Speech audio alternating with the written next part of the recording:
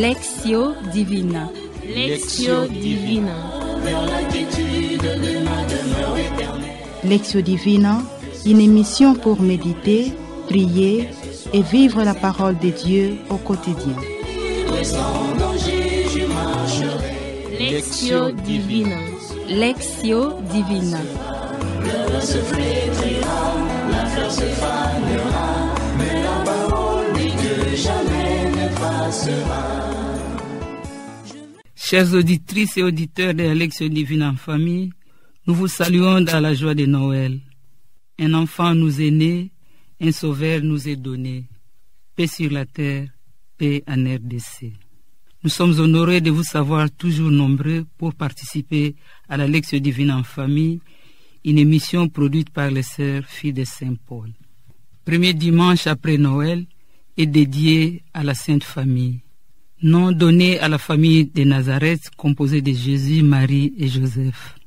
La Sainte Famille est également donnée par l'Église en exemple pour toutes les familles.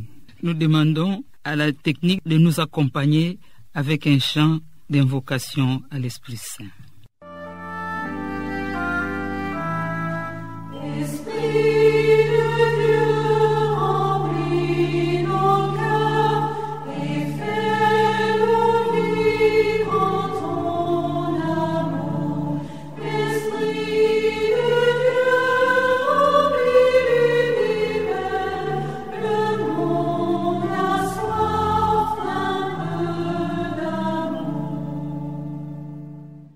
Comme annoncé, l'évangile qui va nous guider dans cette lecture divine en famille est celui de Saint Luc au chapitre 2 du 22e au 40e verset. À Noël, c'est le mystère d'un Dieu qui s'est fait homme que l'on médite. Mais le dimanche qui suit immédiatement Noël, la liturgie invite à célébrer ce mystère dans sa réalité concrète et quasi quotidienne. Le Verbe s'est fait chair et vit dans une famille qui ressemble à toutes les autres. Aujourd'hui, nous regardons Marie et Joseph porter Jésus au temple. En présentant celui qui est appelé Fils de Dieu, ils assument à son égard leur mission de parents. Cette petite introduction sur l'Évangile nous conduit à la première étape de notre Lectio Divina, la Lectio. Illuminés par la véritable lumière portée par Marie et Joseph au temple, écoutons avec recueillement la lecture de notre évangile. Quand fut accompli le temps prescrit par la loi de Moïse pour la purification, les parents de Jésus l'amenèrent à Jérusalem pour le présenter au Seigneur, selon ce qui est écrit dans la loi. Tout premier-né de sexe masculin sera consacré au Seigneur. Il venait aussi offrir le sacrifice prescrit par la loi du Seigneur, un couple de tourterelles et 2 petites colombes. Or, il y avait à Jérusalem un homme appelé Siméon. C'était un homme juste et religieux qui attendait la consolation d'Israël, et l'Esprit Saint était sur lui. Il avait reçu de l'Esprit Saint l'annonce qu'il ne verrait pas la mort avant d'avoir vu le Christ, le Messie du Seigneur. Sous l'action de l'Esprit, Siméon vint au temple au moment où les parents présentaient l'enfant Jésus pour se conformer au rite de la loi qui les concernait. Siméon reçut l'enfant dans ses bras et il bénit Dieu en disant : « Maintenant, ô Maître souverain, tu peux laisser ton serviteur s'en aller en paix selon ta parole. Car mes yeux ont vu le salut que tu préparais à la face des peuples, lumière qui se révèle aux nations et donne gloire à ton peuple Israël. » Le père et la mère de l'enfant s'étonnaient de ce qui était dit de lui. Siméon les bénit, puis il dit à Marie, sa mère : « Voici que cet enfant provoquera la chute et le relèvement de beaucoup en Israël. Il sera un signe de contradiction, et toi, ton âme sera traversée d'un glaive, ainsi seront dévoilées les pensées qui viennent du cœur d'un grand nombre. » Il y avait aussi une femme prophète, Anne, fille de Phanuel de la tribu d'Aser. Elle était très avancée en âge. Après 7 ans de mariage, demeurée veuve, elle était arrivée à l'âge de 84 ans et ne s'éloignait pas du temple, servant Dieu jour et nuit dans les jeûnes et la prière. Survenant à cette heure même, elle proclamait les louanges de Dieu et parlait de l'enfant à tous ceux qui attendaient la délivrance de Jérusalem. Lorsqu'ils eurent achevé tout ce que prescrivait la loi du Seigneur, ils retournèrent en Galilée, dans la ville de Nazareth. L'enfant lui grandissait et se fortifiait, rempli de sagesse, et la grâce de Dieu était sur lui. Acclamons la parole de Dieu. Louange à toi, Seigneur Jésus.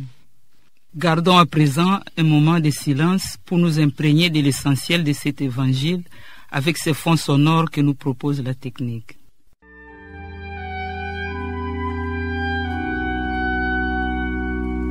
Un enfant est né qui n'a pas même à toi.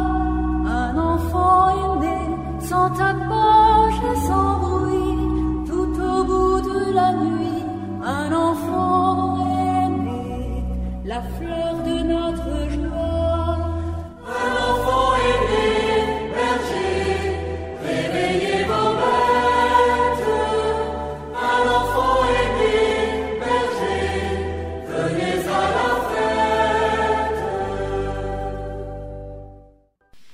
Partageons maintenant, toujours dans la joie de Noël, les passages qui nous ont marqués, l'un après l'autre, sans faire de commentaires. Oui, chers frères et sœurs auditeurs et auditrices de la fréquence bleue, le verset qui m'a touché est celui-ci. Les parents de Jésus l'amenèrent à Jérusalem pour le présenter au Seigneur selon ce qui est écrit dans la loi. Tout premier-né de sexe masculin sera consacré au Seigneur. Car mes yeux ont vu le salut que tu préparais à la face du peuple, lumière qui se révèle aux nations et donne gloire à ton peuple Israël, tel que le verset qui m'a le plus interpellé. Les parents de Jésus l'amenèrent à Jérusalem pour le présenter au Seigneur. Il sera un signe de contradiction, et toi, ton âme sera traversée d'un glaive, ainsi seront dévoilées les pensées qui viennent du cœur d'un grand nombre. Cet échange nous amène à la deuxième étape de notre lecture divine, la méditation. Nous voici seuls au cœur de la parole entendue. À présent, partageons les fruits de notre méditation en commençant toujours par lire les passages qui nous ont marqués et nous allons les faire à tour de rôle. Chers frères et sœurs, nous fêtons Noël parce que le Christ est né il y a quelques jours dans nos familles. Et l'Église mère nous a présenté ce texte pour marquer la solennité de la Sainte Famille. À partir de ce passage qui m'a interpellé, un devoir de famille pour moi, en tant que parent, à l'image de Joseph, Marie et l'enfant Jésus, cette famille a observé la loi. Parce qu'il est dit dans le texte, les parents de Jésus l'amenèrent à Jérusalem pour le présenter au Seigneur, selon ce qui est écrit dans la loi. Moi aussi, je dois respecter la loi. Et cette loi, c'est dans la famille.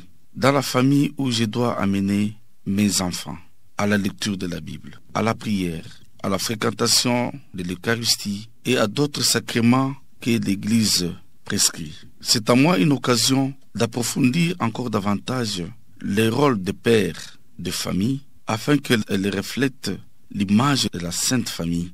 Tel que nous qualifions cette famille, c'est une famille sainte et sur le plan spirituel, moral, tout était en ordre parce que c'est une famille qui a répondu à l'appel, c'est une famille qui respecte la loi. Pour moi, la présentation de Jésus au temple, c'est un grand signe parce que Jésus, qui est enfant de Dieu et Verbe incarné, est présenté au temple. Alors qui suis-je pour ne pas présenter au Seigneur mes enfants, mon mari? Je dois tout le temps, dans les bons moments comme dans les mauvais moments, aller dans la maison du Seigneur pour présenter au Seigneur tous les événements importants de ma famille. Et en ces jours où nous célébrons la fête de la Sainte Famille, je me demande quelle est ma place dans la famille. Est-ce que je vis l'exemple de la Vierge Marie? Alors, si ce n'est pas le cas, c'est le moment de le faire. Car Marie est la femme vertueuse qu'on peut avoir. Marie méditait tout dans son cœur. Marie était une femme de prière. Et Marie a accompagné Jésus partout. Je dois aussi vivre cet exemple en tant qu'épouse et membre de l'Institut Sainte Famille. Amen.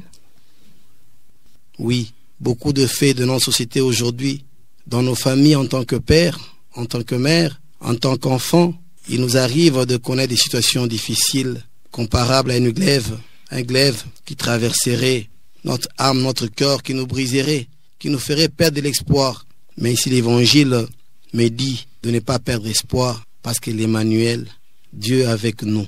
Il continue à nous dire que notre cœur qui sera traversé par le glaive fera en sorte que les pensées de plusieurs, d'un grand nombre, soient dévoilées, soient connues. Oui, il est vrai que c'est de nos cœurs que partent beaucoup de maux que nous vivons aujourd'hui dans la société. La guerre, la haine, le tribalisme et beaucoup d'autres maux. Voilà pourquoi, moi comme père de famille, à l'instar de Joseph, d'être responsable de la bonne marche de ma famille, de mon foyer, de mon couple, de prendre soin de mes enfants, parce que c'est eux l'avenir de l'Église, c'est eux l'avenir de la nation. Mets en exergue le devoir qui est le mien et m'invite à pouvoir l'assumer pleinement pour le bien de ma famille, de l'Église et de mon pays. Amen. À travers cette grâce que je viens de recevoir, de voir la lumière du Christ, cela m'invite à être témoin de l'amour du Christ, de la lumière qui habite dans ma vie.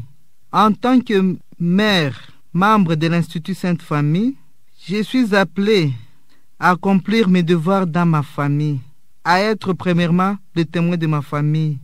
Je dois apprendre à mes enfants la bonté, l'amour du Christ, en leur montrant qu'ils puissent aussi vivre cet amour dans la famille. Je dois aussi faire des prières en famille, afin que nous puissions vivre dans l'amour du Christ éternellement.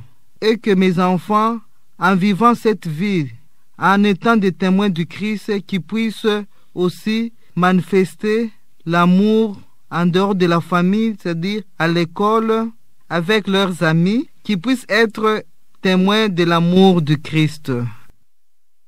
Après ces fructueux échanges, nous arrivons à l'oratio. Les bénédictions prononcées sur l'enfant Jésus par Siméon et Anne nous invitent à notre tour à glorifier le Seigneur et à discerner les traces de son passage dans notre vie de famille. À présent, à tour de rôle, chacun de nous va dresser sa prière au Seigneur. Merci Seigneur Jésus pour ta présence dans ma vie, dans ma maisonnée, dans mon couple, dans notre église et dans notre pays, dans le monde. Toi l'Emmanuel, Dieu parmi nous, viens afin que cesse les guerres, afin que cesse la souffrance dans ce monde. Fais par ta venue que nos familles rayonnent de ta joie et de ta paix, que nos familles soient des milieux où il fait bon vivre, que nos enfants grandissent à l'instar de Jésus en sagesse, en intelligence, et que nos enfants soient des véritables témoins du Christ. Amen. Amen. Seigneur, en cette solennité de la Sainte Famille, tu m'appelles à vivre dans une famille sainte, où moi, en tant que père, je dois jouer mon rôle. Je te présente ma famille. Je te présente la maman, la mère de ma famille et les enfants. Fais que ma famille soit un temple où règne la paix, un temple où la prière doit nous guider, nous illuminer dans tout ce que nous devons être. Et fais que ma famille soit un modèle de société pour que ton nom soit glorifié. J'ai prié en ton nom. Amen. Seigneur, je te dis merci pour cette parole de vie que nous venons de méditer et je viens te confier ma famille en ces jours où nous célébrons la fête de l'Institut Sainte Famille je te les confie, Seigneur, car sans toi, nous ne pouvons rien faire. Amen. Seigneur, accorde-moi la grâce de vivre continuellement dans ta lumière et que moi et ma famille, nous puissions être tes témoins dans notre vie et dans la société. Amen. Puissent les époux chrétiens découvrir à l'école de Nazareth ce qu'est la famille, sa communion d'amour, son austère et simple beauté, son caractère sacré et inviolable. Chers auditeurs et auditrices de la Lectio Divina en famille, nous voici arrivés à la fin de notre lecture priante. Nous vous disons merci pour votre attention recueillie. Merci à tous les couples de l'Institut Sainte Famille qui ont collaboré à la réalisation de cette émission, à savoir Au micro, Papa Augustin Chimina. Avec Maman Huguette Kabang. Le couple Mutombo, Papa Feye. Avec Maman Guylaine Nyanda. Merci à la sœur Rita Almichi, fille de Saint-Paul, et à Olivier Ngiesi pour leur concours technique. Encore une fois, merci à vous tous. Merci dans la joie de Noël. Au revoir et à la prochaine, même jour et même heure. C'était au micro Marie-Madeleine Voloko, coopératrice paulinienne.